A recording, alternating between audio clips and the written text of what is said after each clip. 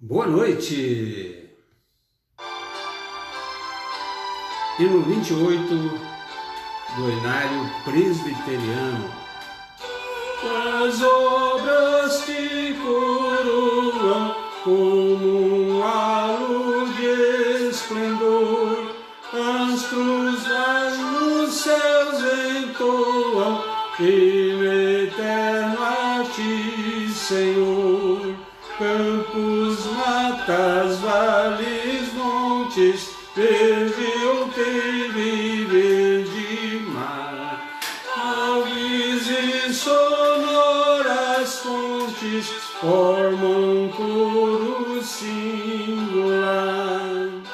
Mortais por ti remidos, Deus de glória, Deus de amor, corações aos céus erguidos, celebramos teu louvor. Revelaste amor profundo, insondável, sem igual, enviando Cristo ao mundo para vencer por nós o mal.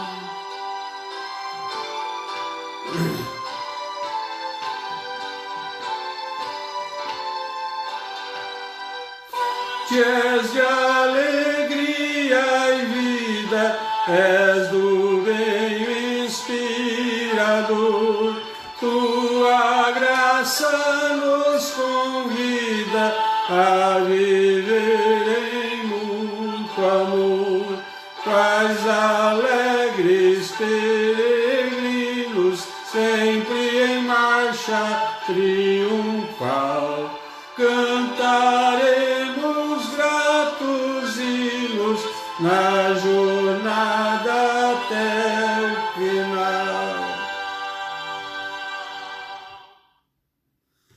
Amém, né? Mais uma transmissão da Igreja Presbiteriana do Brasil em Itaporanga, nesse domingo 5 de julho de 2020.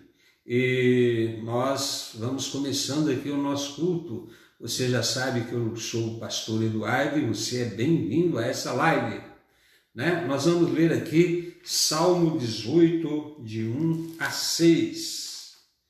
Salmo 18, de 1 a 6. Vitória e domínio. Eu te amo, ó Senhor, força minha, o Senhor é a minha rocha, a minha cidadela, o meu libertador.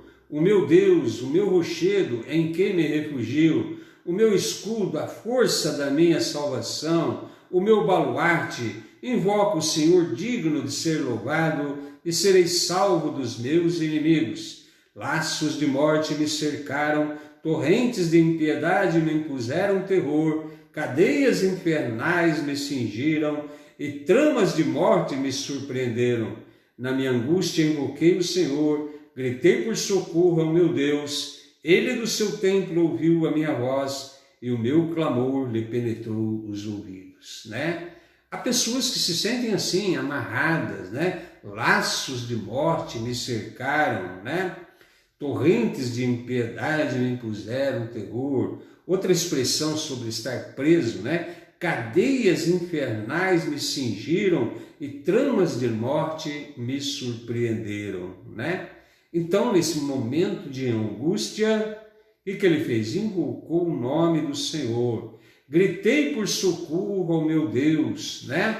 Ele do seu templo ouviu a minha voz e o meu clamor lhe penetrou os ouvidos. Deus ouve o clamor, né? Da pessoa que está oprimida, da pessoa que está sobre situação de escravidão espiritual, né? E é por isso que ele diz que ama o Senhor, porque o Senhor, né? O Senhor ouviu a sua voz, né? E ele se tornou a força, né? O Senhor se tornou a força dessa pessoa, a sua rocha, o seu libertador, né? Em quem ele agora coloca o seu refúgio. Ele sempre vai invocar o nome do Senhor digno de ser louvado. Então esse Deus merece mesmo todo louvor, toda honra, toda adoração, né? E nós vamos ter uma palavra de oração, depois vamos ver mais um hino aqui. Senhor, nosso Deus e Pai, louvado seja teu grande nome, Senhor. Nós cremos, ó Pai, na tua bondade e misericórdia para com as pessoas que sofrem, para com as pessoas, ó Pai, que são escravas espirituais, para as pessoas que são escravas, ó Pai, em razão do seu próprio pecado e também por terem se envolvido, ó Pai, com o que não devia. Mas na sua bondade e misericórdia, se as pessoas na sua angústia, ó Pai, clamarem ao Senhor e pedirem, ó Pai, socorro, com certeza o Senhor tem ouvido, ó Pai, e tem concedido libertação às pessoas que invocam o teu nome. Por isso amamos o Senhor, ó Pai, o único digno de ser louvado e adorado, o único verdadeiro Deus, aquele que nos ama, aquele que é a nossa rocha, o nosso libertador, aquele em quem confiamos, portanto o único digno de ser adorado. Nesta noite também adoramos o teu nome, Senhor, na expectativa de que também o Senhor fale conosco através das ministrações.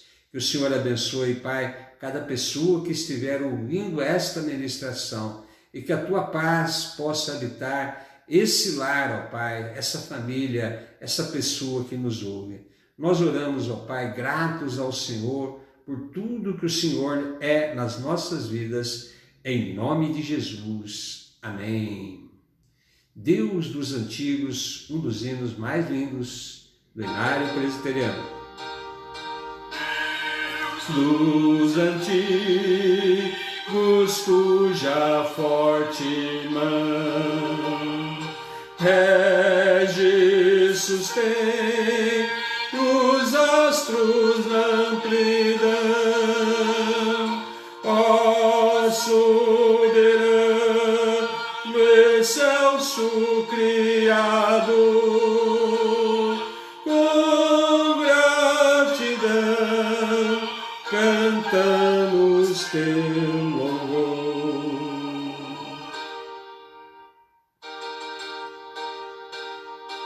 Desde o passado foste nossa luz, sol que até hoje com fulgor reluz, ser nosso esteio, guia e proteção,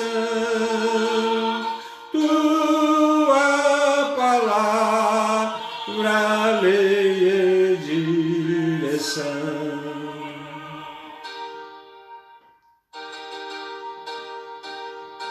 Da guerra atroz, do crime assolação, dos tempos maus e o mundo em confusão, seja teu braço nosso defensor, pois confiamos sempre em ti, Senhor.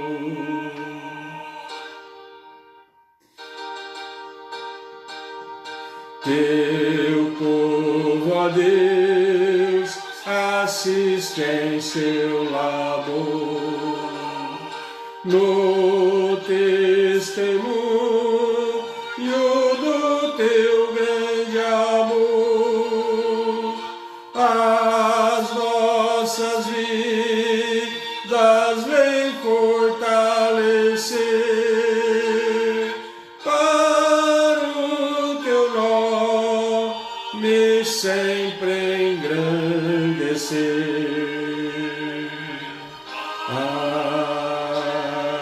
Amém. Amém, né? Esse Deus maravilhoso, esse Deus benigno, é aquele a quem adoramos e, portanto, toda a nossa gratidão. Nós aqui vamos para a nossa mensagem desta noite, né? Nós temos como tema: assopra sobre estes mortos para que vivam, né? Texto de Ezequiel 37, 1 a 14, o famoso Vale dos Ossos Secos. Veio sobre mim a mão do Senhor. Ele me levou pelo Espírito do Senhor e me deixou no meio de um vale que estava cheio de ossos, e me fez andar ao redor deles. Eram muito numerosos na superfície do vale e estavam sequíssimos. Então me perguntou: filho do homem, acaso poderão reviver estes ossos? Respondi: Senhor Deus, tu sabes. Disse-me ele: profetiza a estes ossos e diz-lhe: ossos secos, ouvi a palavra do Senhor. Assim diz o Senhor Deus a estes ossos: eis que farei entrar o Espírito em vós e vivereis. Poreis tendões sobre vós, farei crescer carne sobre vós vos estenderei pele, e porei em vós o Espírito e vivereis, e sabereis que eu sou o Senhor. Então profetizei segundo me fora ordenado. Enquanto eu profetizava, houve um ruído, um barulho de ossos que batiam contra ossos e se ajuntavam, cada osso ao seu osso. Olhei, e eis que havia tendões sobre eles, e cresceram as carnes, e se estendeu a pele sobre eles, mas não havia neles o Espírito. Então ele me disse: profetiza ao Espírito, profetiza ao Filho do Homem, e dize-lhe: assim diz o Senhor Deus: vem dos quatro ventos, ó Espírito, e assopra sobre esses mortos para que vivam. Profetizei como ele me ordenara, e o Espírito entrou neles, e viveram e se puseram em pé, um exército sobremodo numeroso. Então me disse: filho do homem, estes ossos são toda a casa de Israel. Eis que dizem: os nossos ossos se secaram, e pereceu a nossa esperança. Estamos de todo exterminados. Portanto, profetiza e diz-lhes: assim diz o Senhor Deus: eis que abrirei a vossa sepultura, e vos farei sair dela, ó povo meu, e vos trarei a terra de Israel. Sabereis que eu sou o Senhor, quando eu abrir a vossa sepultura, e vos fizer sair dela, ó povo meu. Porém, em vós o meu Espírito, e vivereis, e vos estabelecerei na vossa própria terra. Então sabereis que eu, o Senhor, disse isto e o fiz, diz o Senhor. Louvado seja o nome do Senhor, que Ele abençoe a leitura da sua palavra. Nós vamos ainda ter uma palavra de oração. Senhor nosso Deus e Pai, conceda às pessoas que estão ouvindo a iluminação, o entendimento, Senhor, da Tua palavra, porque é palavra do Senhor, não é palavra de homem. E por isso mesmo, ó Pai, precisamos do mesmo Espírito que iluminou o escritor, o profeta Ezequiel a escrever essas palavras. Precisamos dessa mesma iluminação para entendê-las. Que o Senhor, ó Pai, abençoe esta ministração e o teu servo, em nome de Jesus. Amém. Essa visão de Ezequiel, é ao mesmo tempo profética e redentora. Profética porque, não apenas porque foi feita pelo profeta Ezequiel, mas essa sempre foi uma característica de Deus no passado. Deus usava profetas para falar ao momento em que o povo estava passando. Isso é o verdadeiro profetismo, Quer dizer, Deus tem uma palavra para o seu povo no momento em que está vivendo, não apenas para dias distantes, É uma palavra, às vezes, de exortação, às vezes de consolo, às vezes também uma palavra de edificação. Então Deus sempre tinha o que dizer ao seu povo e ainda tem o que dizer a nós, seu povo atual. Mas também uma palavra redentora, porque o que o profeta traz aqui, é uma visão mais do que consoladora. Ele fala de redenção, ele fala ele fala de renascimento, ele fala de avivamento, né? Ele fala que Deus tem planos e projetos para não só redimir o seu povo, né? Mas fazê-lo de novo um povo zeloso de boas obras, um povo realmente com uma espiritualidade genuína no relacionamento com Deus. E essa profecia tem, então, esse propósito de consolar o seu povo, como também uma mensagem para o ser humano em geral, né? Porque todos que têm lido essa profecia têm sido consolados por ela, têm entendido também que Deus fala à geração atual. Então Deus sempre fez isso, né? Sempre usou as circunstâncias específicas do povo de Israel para trazer uma palavra a quem estava sem esperança, né?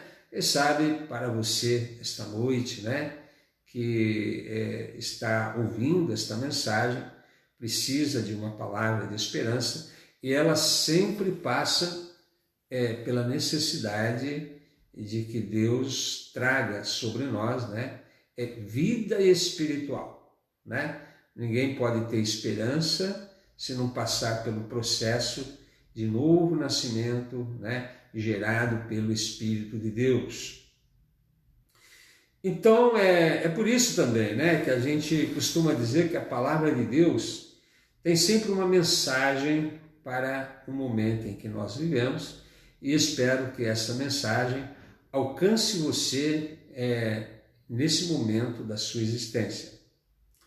Vamos então para a ministração do texto. Essa visão profética, né, de um vale de ossos secos, ou seja, Deus fez Ezequiel enxergar um vale, né, em que havia uma multidão de ossos secos, vastíssimo, né, ali pessoas mortas, né, e a pergunta que Deus fez a Ezequiel é se aqueles ossos poderão reviver.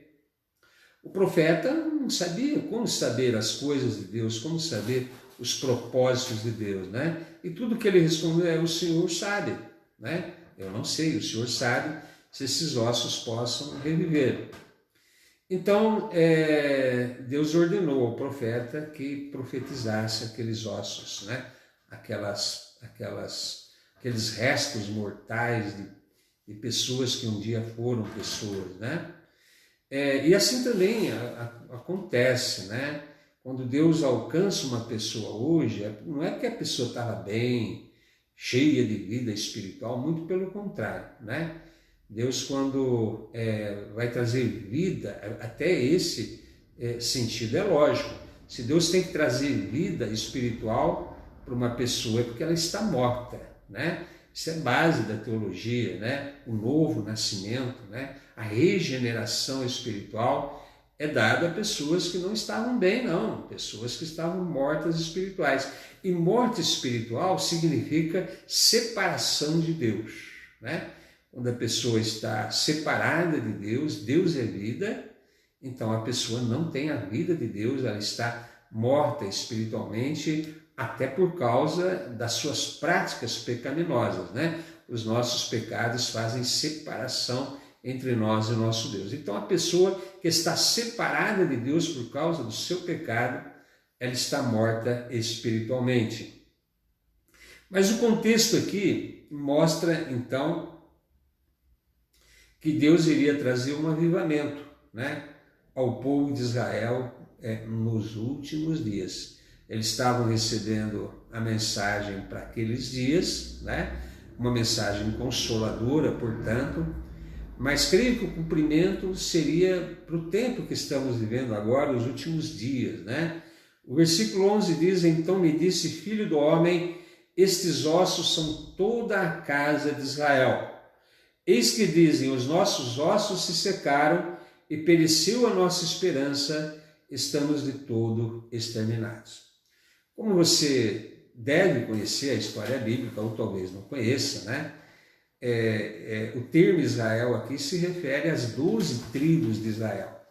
que no contexto aqui de Ezequiel, 10 dessas tribos já haviam sido perdidas, haviam sido levadas pelos assírios, né, para lá do rio Tigre, né, e depois se espalharam pelo mundo inteiro. Há relatos aí de que eles chegaram até a China, o Japão, a Índia, né, até aqui o Equador, há relatos de estarem aqui, né, para o mundo inteiro, para a África, né, muitos africanos conservaram as tradições de Israel, né? E então essas pessoas foram espalhadas, quer dizer, deixaram de ser nação, estão mortas, né?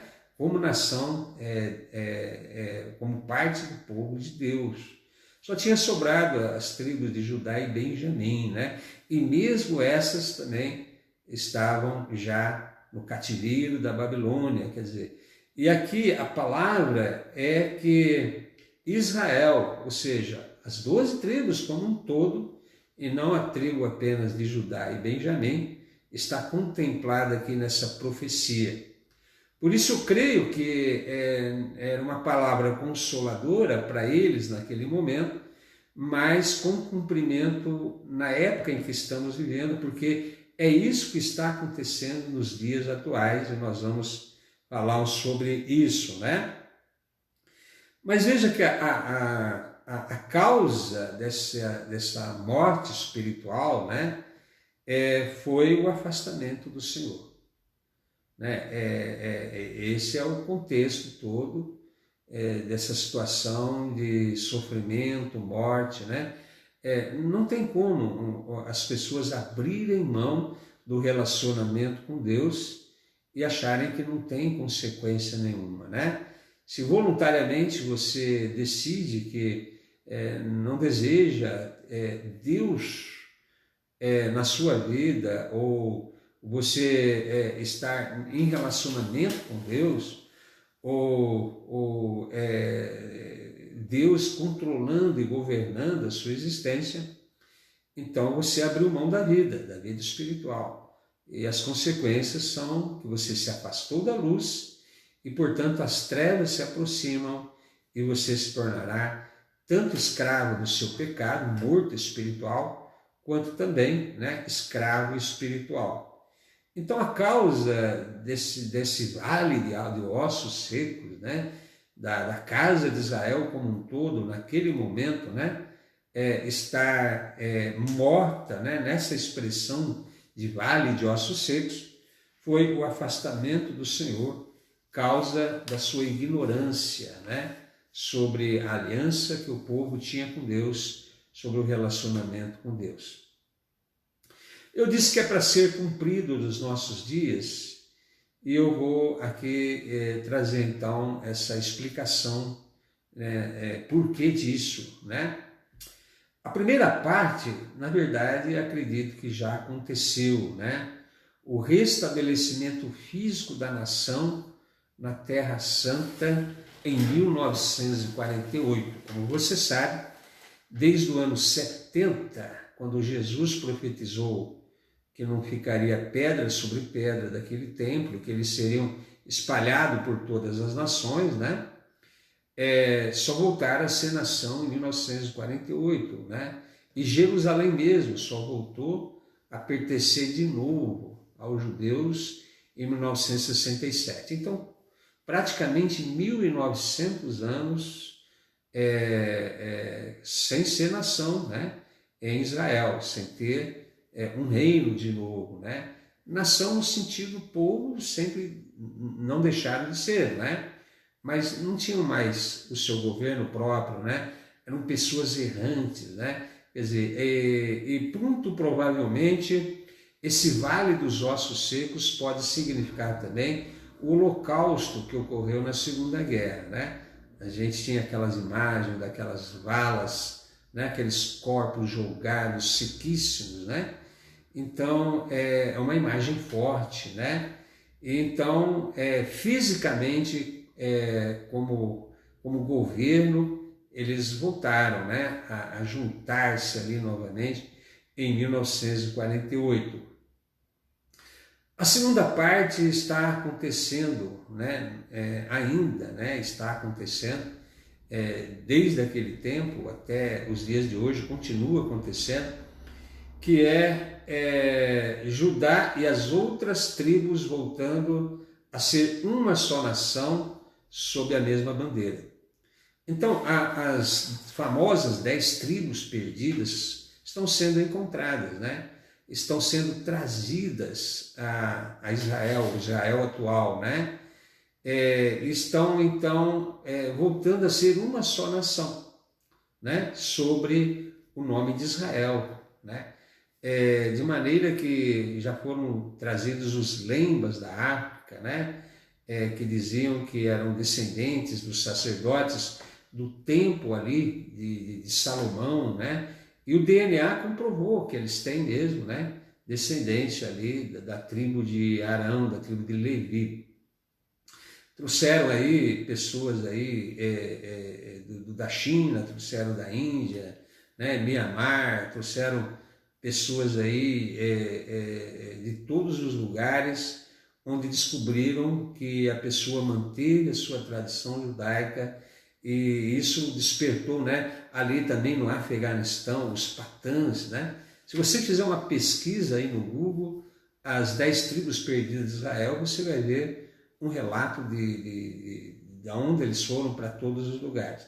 Então essa profecia, na verdade, que foi consoladora para quem ouviu na época, está se cumprindo nos nossos dias, porque só nos nossos dias é que as 10 tribos perdidas estão trazendo de volta, né? Estão se juntando a Judá e Benjamim de novo para constituir de novo uma só nação.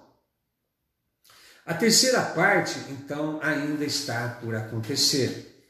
É o renascimento espiritual, né?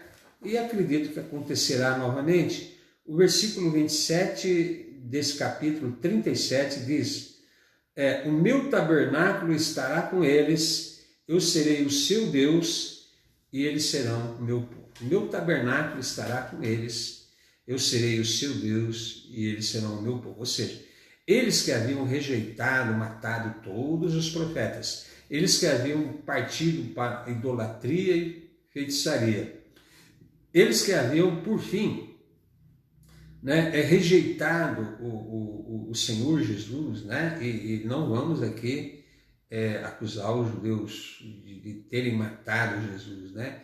Acredito que ali foi uma situação pela qual Deus sempre tem um remanescente fiel. Tanto que os apóstolos, né, eram judeus e serviram o Senhor Jesus, tá? Paulo era da tribo de Benjamim, né, e serviu o Senhor Jesus. Muitos dos sacerdotes creram no Senhor. De maneira que a igreja, né, o remanescente de Israel, né, se juntou com aqueles entre os gentios que estavam crendo, e isso formou a igreja, um novo Israel. Mas, né, como nação mesmo judaica, há a profecia aqui, então, e que haverá um renascimento espiritual. Afinal de contas, eles vão ter que reconhecer que rejeitaram o verdadeiro Salvador, o verdadeiro Messias, né?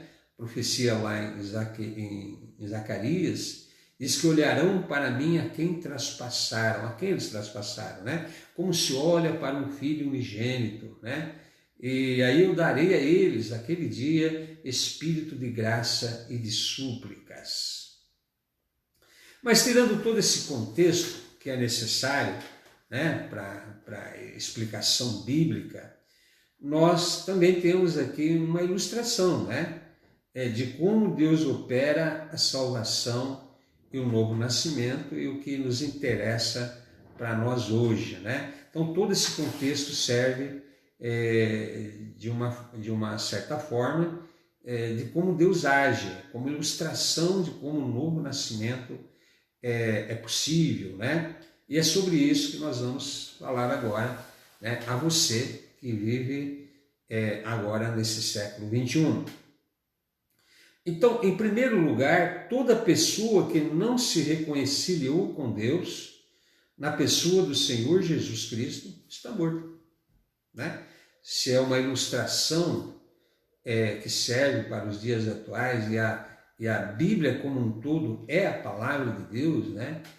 Então, assim como com eles, né, toda pessoa que está divorciada de um relacionamento com Deus, né, não se arrependeu de viver uma vida sem Deus, uma pessoa que continua preferindo viver a sua vida de pecado, né, então ela está morta e não se dá conta disso às vezes, né? Ela tem aí a vida natural, né? Mas espiritualmente ela não tem vida espiritual, porque Deus é vida, né? E só pode haver vida espiritual quando a pessoa tem esse relacionamento com Deus e ela renasceu de novo pela fé no Senhor Jesus. Então a primeira coisa que você precisa tomar consciência, você que ainda está afastado dos caminhos do Senhor, você que ainda está inimizado, essa palavra é forte, mas é uma palavra que Paulo usa, né? Vocês são inimigos de Deus, né? Pela maneira como vivem, por não querer relacionamento com Ele. Então, a pergunta no versículo 3, né, que Deus faz a Ezequiel: Filho do homem, acaso poderão reviver esses ossos? Uma pergunta que cabe também a nós hoje, né? Acaso você poderá receber a vida espiritual, você que está morto, né? Deus é quem sabe, foi a resposta do profeta, né? Mas essa morte espiritual, para você entender como ela se processa na vida da pessoa, ela atinge o ser humano como um todo, porque o pecado original, né, ele afetou todas as áreas do ser humano, né? Nós já nascemos com ele, é importante que você saiba disso, né? Afeta as emoções, né? Por exemplo, as nossas emoções não são santificadas, né? Porque às vezes nós somos tomados de violentas emoções para fazer o mal, né? Então, as nossas emoções, né, foram afetadas. A nossa vontade também é afetada. A pessoa acha que ela pode decidir, né, a qualquer momento ir para a igreja, seguir a Deus, e ela vai descobrir que, na verdade, ela não quer. No fundo, a vontade dela foi afetada de tal maneira que ela não quer servir a Deus. Veja como o pecado domina o ser humano, afetou o ser humano, né? Afetou até o desejo dele, porque todas as suas vontades são exatamente para viver longe de Deus. Foi isso que aconteceu com Adão e Eva, né? Quando pecaram, se esconderam de Deus, né?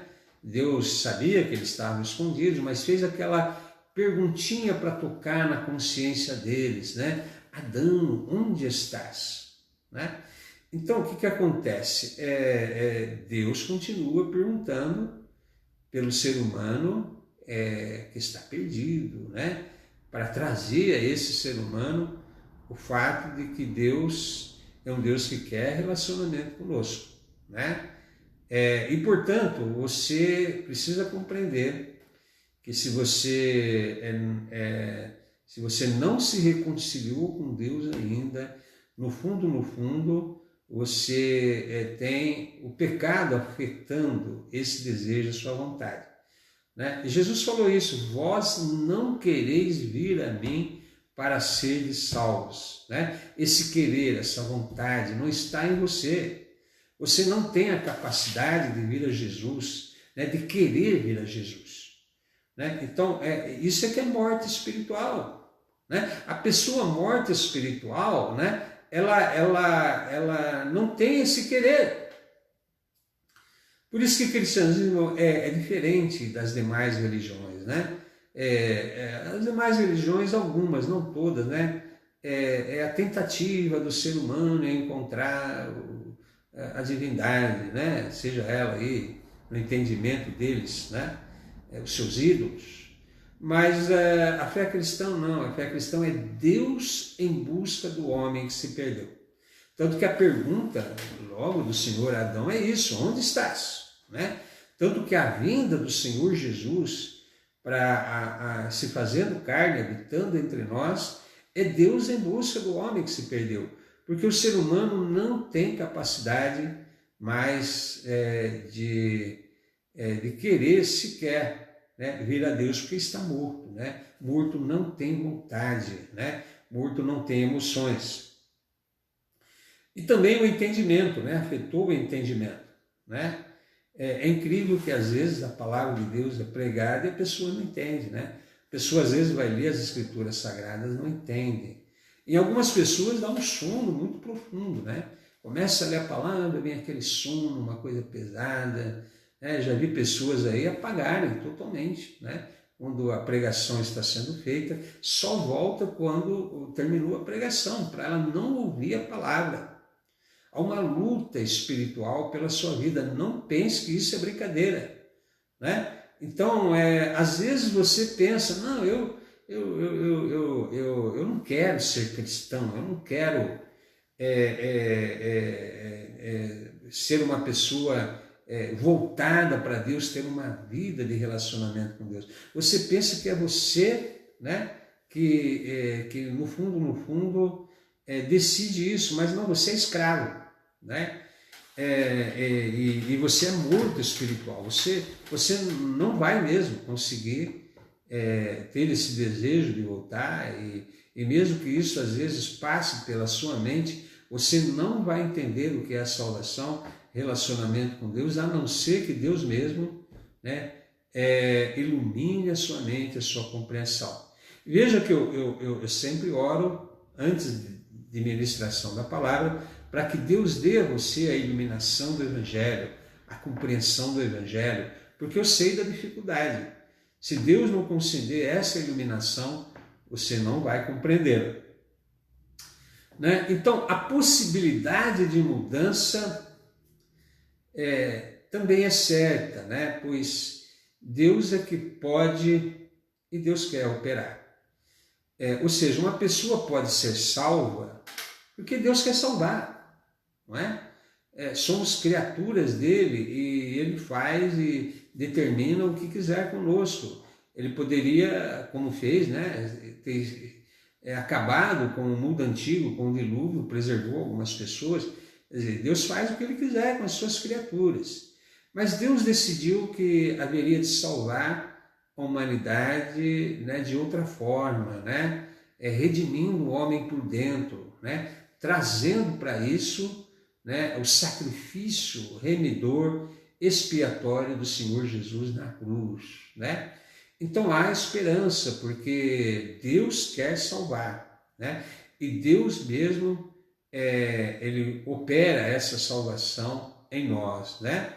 Então Ezequiel estava certo, o Senhor é quem sabe, e Deus é quem sabe, e é Ele quem decide, e Ele quer salvar pessoas. Né? E é por isso que as pessoas podem ser salvas. Né? Não se engane, se Deus não quisesse salvar, ninguém poderia ser salvo. Ninguém pode salvar-se a si mesmo, porque não conhece a Deus, está distante de Deus, está morto espiritualmente, né? Faz parte desse vale enorme de pessoas que andam sobre a terra e que é como um vale de ossos secos. Em segundo lugar, a mensagem também, como ilustração para nós, né? Vem o fato de que a maneira como Deus escolhe salvar é através da ministração da sua palavra. Né? Ele falou isso ao profeta: profetiza a esses ossos. Né? O versículo 4, né, é bem enfático disso.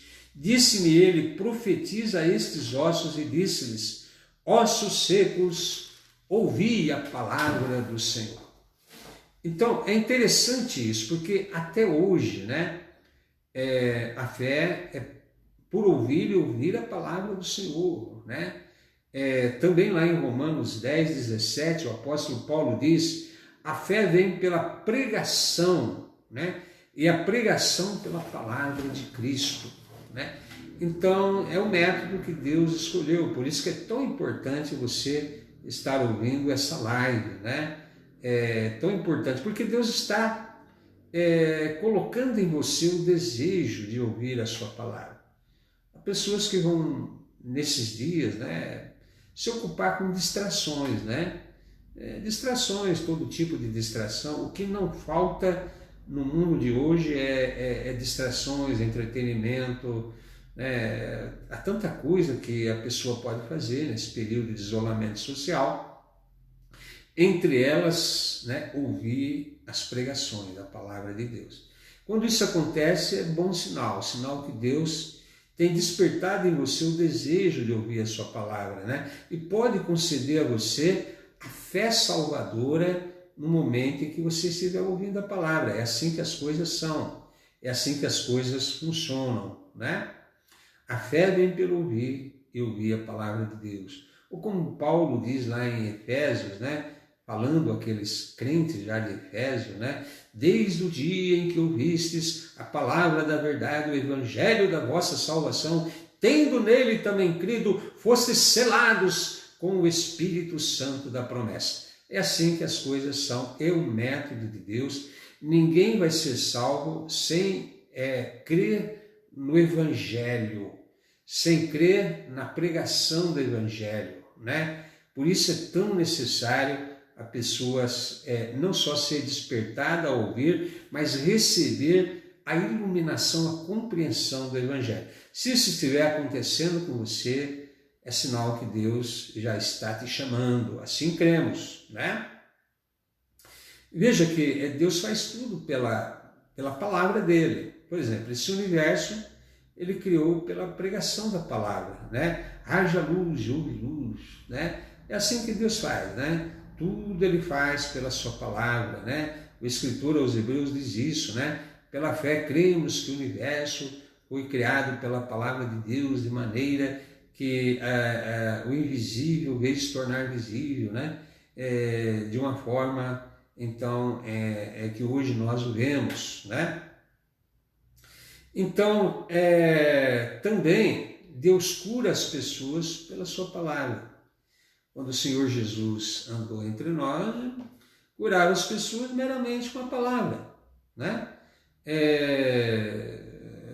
Chegou lá aquele leproso, né? Naquela humildade, humilhou-se diante do Senhor Jesus, né? O adorou e disse: Senhor, se tu quiseres, podes purificar-me.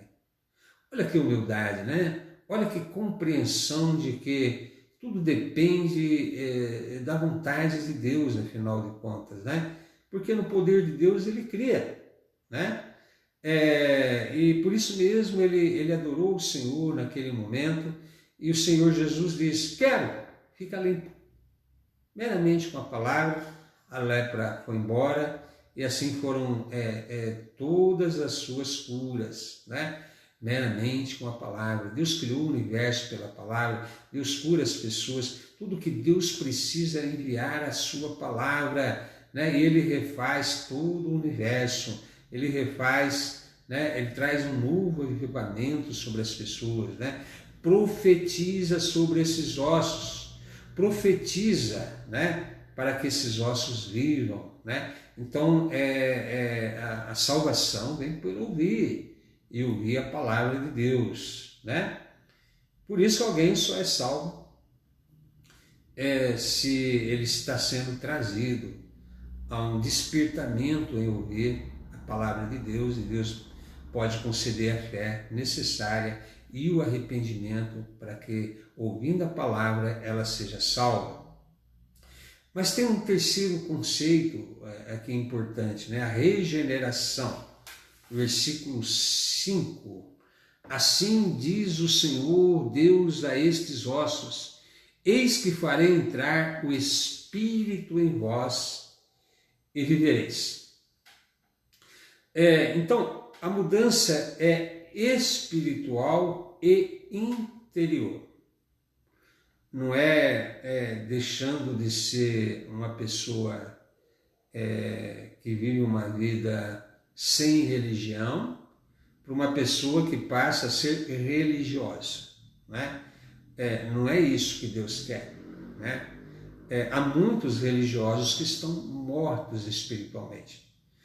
Jesus falou isso para Nicodemos: você é mestre em Israel e você não compreende que você precisa nascer de novo, né? É necessário nascer de novo.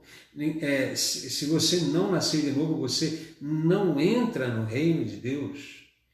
Então, essa mudança é espiritual ou não há mudança, né? Quer dizer, é algo que o Senhor mesmo provoca em nosso interior. Afinal de contas, quando a vida, que é Cristo, entra em nós, né, ele traz essa vida espiritual. Há uma mudança interior. Você não é mais a mesma pessoa, porque não pode ser a mesma. Imagina, você era vazio de Deus e de repente o próprio Senhor Jesus veio habitar em você, de maneira que você não vai continuar sendo a mesma pessoa, porque a presença de Jesus na vida de uma pessoa muda totalmente essa pessoa. Por isso que se fala que se alguém está em Cristo, é nova criatura, né? Então, sem essa mudança espiritual, não há mudança. Enquanto não compreender que o nosso coração é mau por natureza, não é? Não é o que dizem aí, não, que a pessoa ela é má por causa das circunstâncias em que ela foi criada, vive, é nada. Hoje de manhã eu falei aí, tem muito doutorado aí que é perverso, né? Tem nações aí ricas, abastadas, que são perversas, oprimem as nações mais pobres.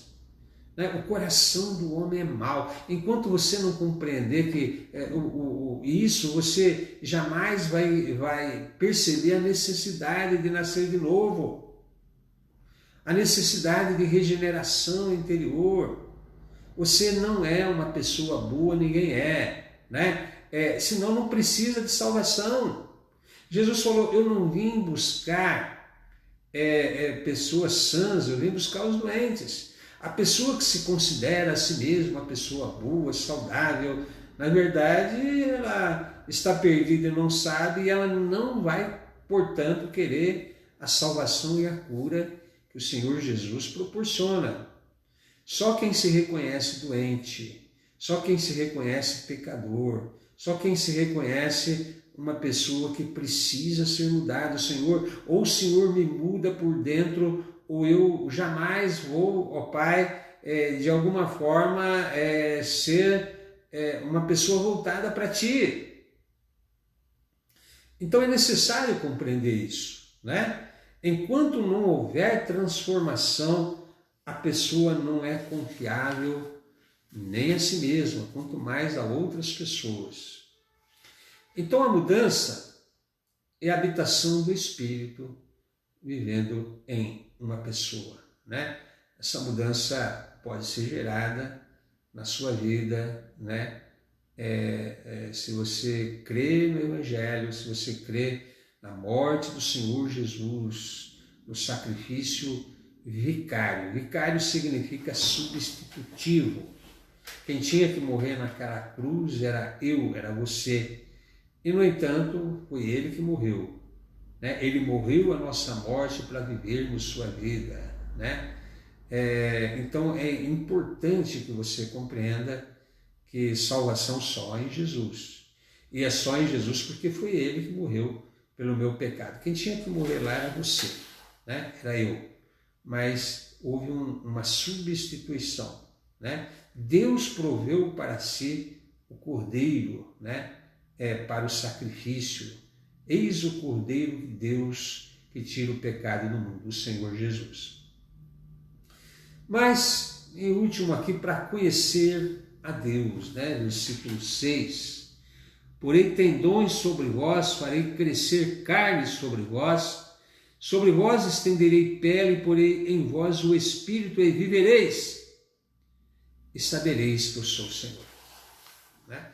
Você só vai conhecer a Deus de verdade quando, então, o próprio Deus transformar a sua vida, quando você nascer de novo, for salvo pela fé em Jesus, regenerado espiritualmente, lavado os seus pecados no sangue de Cristo, feito a sua vida para a habitação de Deus em Espírito. né? Sabereis aí que eu sou o Senhor. Agostinho fala isso, né?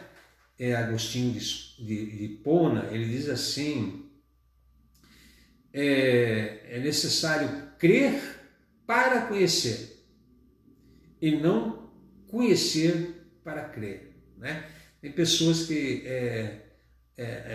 querem primeiro entender para aí poder crer. Não vai conseguir, porque eu já expliquei, é uma pessoa morta espiritualmente, né?